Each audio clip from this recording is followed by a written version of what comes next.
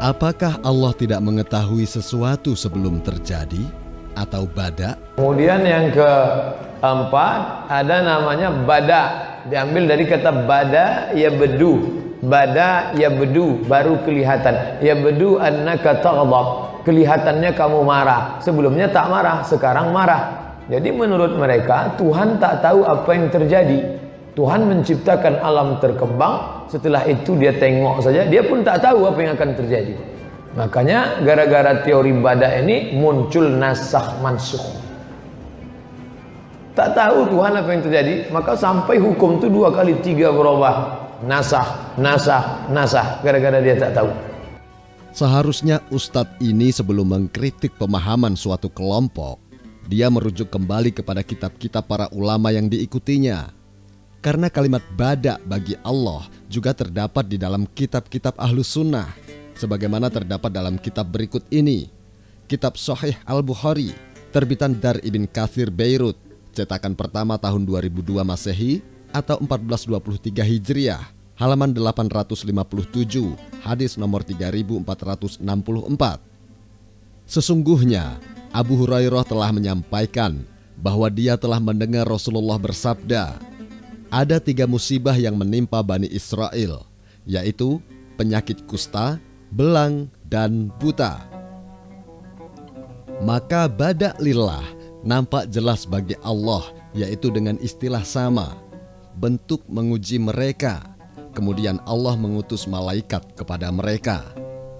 Jika ustadz tersebut mau membuka dan meluangkan waktu untuk melihat kembali kitab-kitab ulama Ahlus Sunnah seperti Sahih Al-Bukhari, tentunya dia akan menemukan kata bada lillah. Pertanyaannya adalah, apakah ustadz tersebut akan memahami bahwa kata bada lillah tersebut sebagaimana yang dia tuduhkan kepada kelompok Imamiyah, atau sebaliknya, dia akan menjelaskan dengan makna yang lain?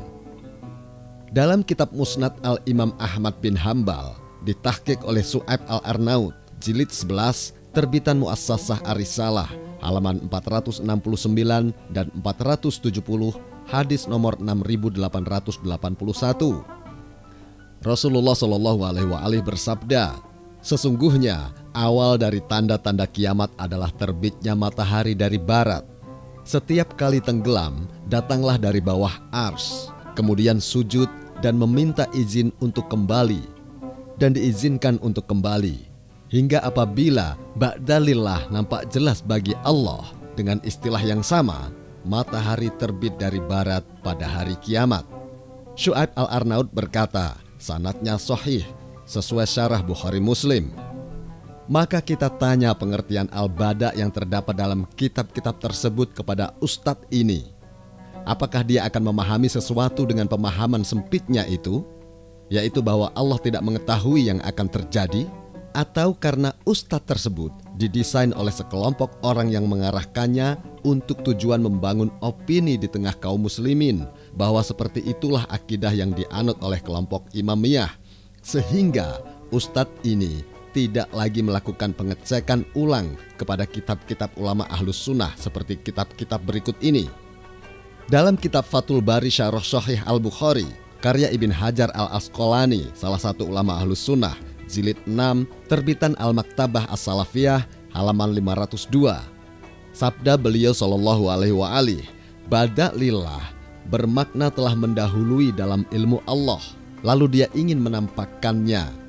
Maka yang dimaksud bukan tampak bagi Allah yang sebelumnya masih tersembunyi, karena hal itu mustahil bagi Allah Subhanahu wa Ta'ala.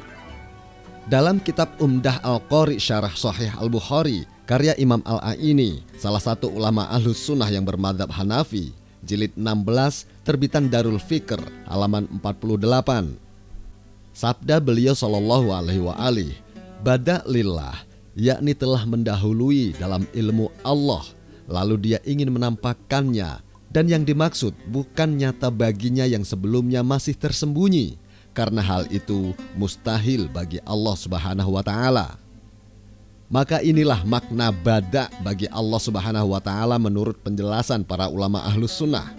Tidak seperti yang dipahami oleh ustadz ini yang mengatakan bahwa bada adalah Allah mengetahui sesuatu yang sebelumnya dia tidak mengetahuinya, yang menurut ulama Ahlus Sunnah hal itu mustahil bagi Allah Subhanahu wa Ta'ala. Pengertian semacam ini juga dijelaskan oleh ulama Imamiyah. Dalam kitab Al-Kafi karya Al-Kulaini, salah satu ulama Imamiyah, jilid 1, terbitan Darul Mustafa, cetakan pertama tahun 2005 Masehi atau 1426 Hijriah, halaman 106. Diriwayatkan dari Mansur bin Hasim, aku bertanya kepada Aba Abdillah alaihi salam, apakah sesuatu yang terjadi di hari ini belum ada pada ilmu Allah kemarin? Imam alaihi salam menjawab, tidak. Barang siapa yang mengatakan hal ini, maka Allah telah menghinakannya. Aku berkata, apakah Anda berpendapat bahwa apa yang telah terjadi, yang sedang terjadi, dan yang akan terjadi hingga hari kiamat sudah ada dalam ilmu Allah? Imam menjawab, benar, dia sudah mengetahuinya sebelum menciptakan makhluk. Karena Ustadz ini hanya menjelaskan menurut hawa nafsunya, tanpa melakukan pengecekan kepada kitab para ulama yang diikutinya, sehingga dia membuat sebuah kesimpulan yang jauh dari kebenaran dan jatuh ke dalam sebuah pembodohan umat. Satu hal lagi yang harus ditanyakan kepada Ustadz ini, bagaimana dengan riwayat yang dibawakan oleh Ibn Taimiyah, ulama yang dikagumi oleh Ustadz ini dalam kitab berikut.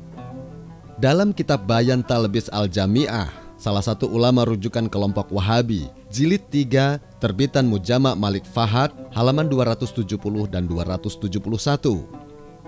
Ibn Taimiyah berkata, telah berkata Al-Qadi dan telah disebutkan oleh Abu Bakar bin Abi Khaisamah dalam tarikhnya dengan sanad dari Ibn Mas'ud, dan dia telah menyebutkan di dalamnya, sesungguhnya jumlah waktu dalam satu hari dari hari-hari kalian di sisi Allah adalah 12 jam. Amalan kalian yang kemarin dilaporkan kepadanya pada awal siang hari ini, dan Allah mengeceknya selama 3 jam. Maka nampak dari laporan itu hal yang Allah benci. Kemudian Allah menjadi marah, dan yang pertama mengetahui kemarahannya adalah para malaikat yang memikul ars. Karena ars menjadi lebih berat, maka bertasbihlah malaikat-malaikat yang memikul ars itu. Kita ingin bertanya kepada Ustadz ini, bagaimana pendapatnya tentang riwayat yang dinukil oleh Ibn Taimiyah di atas, yang mengatakan bahwa Allah Subhanahu wa Ta'ala mengecek amalan manusia selama 3 jam, lalu nampak dari laporan itu hal yang dia benci. Bukankah riwayat ini jelas menunjukkan bahwa Allah Subhanahu wa Ta'ala tidak tahu amalan manusia? Bukankah ini makna bada yang selalu dituduhkan oleh Ustadz itu kepada kelompok Imamiyah? Sementara riwayat tersebut jelas-jelas dibawakan oleh Ibn Taimiyah, yang dijadikan rujukan oleh sekelompok orang yang selalu menisbatkan keyakinan tersebut kepada kelompok Imamiyah. Bahkan termasuk Ustadz ini pun mengagumi Ibn Taimiyah. Ibn Taimiyah berkata, ketahuilah bahwa tidak dilarang membawakan riwayat tersebut sesuai teks zahirnya.